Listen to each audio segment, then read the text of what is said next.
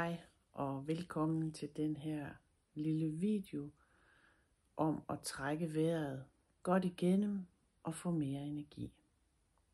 Og hvorfor er det så, at vi får det?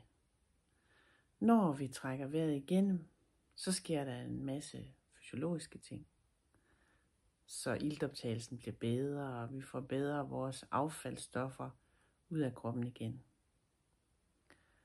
Og i nervesystemet, så aktiverer vi den del af nervesystemet, som har med ro at gøre. Så når vi lige får trukket vejret igennem, så siger vi til nervesystemet, der er ingen fare på færde, du kan bare slappe af.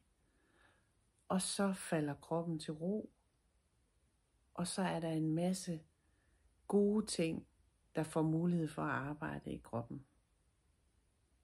Modsat kan man sige, hvis man har et højt tempo og bekymrer sig om ting og tænker meget, så vil kroppen bruge energien på det. Hvor når vi sætter tempoet ned og får trukket vejret igennem, jamen så bliver der overskud til, at kroppen den kan genopbygge og restituere sig. Og det vil vi opleve som, at vi får mere energi. Vi sover bedre. Vi har det bedre sammen med de mennesker, vi er omkring.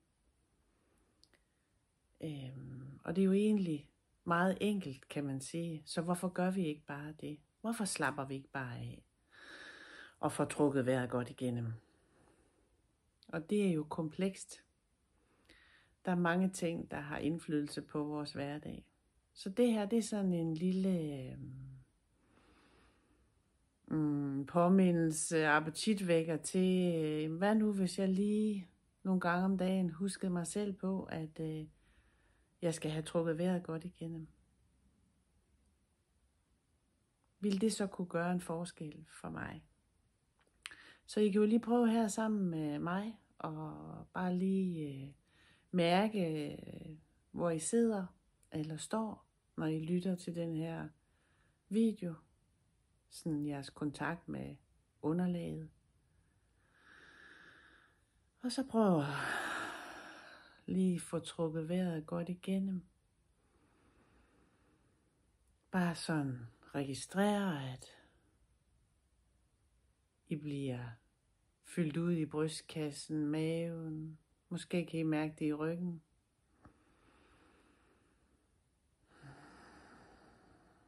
Måske kan I forestille jer, at I lige synker lidt dybere ned i stolen, eller slipper skuldrene lidt mere, når I lige puster ud.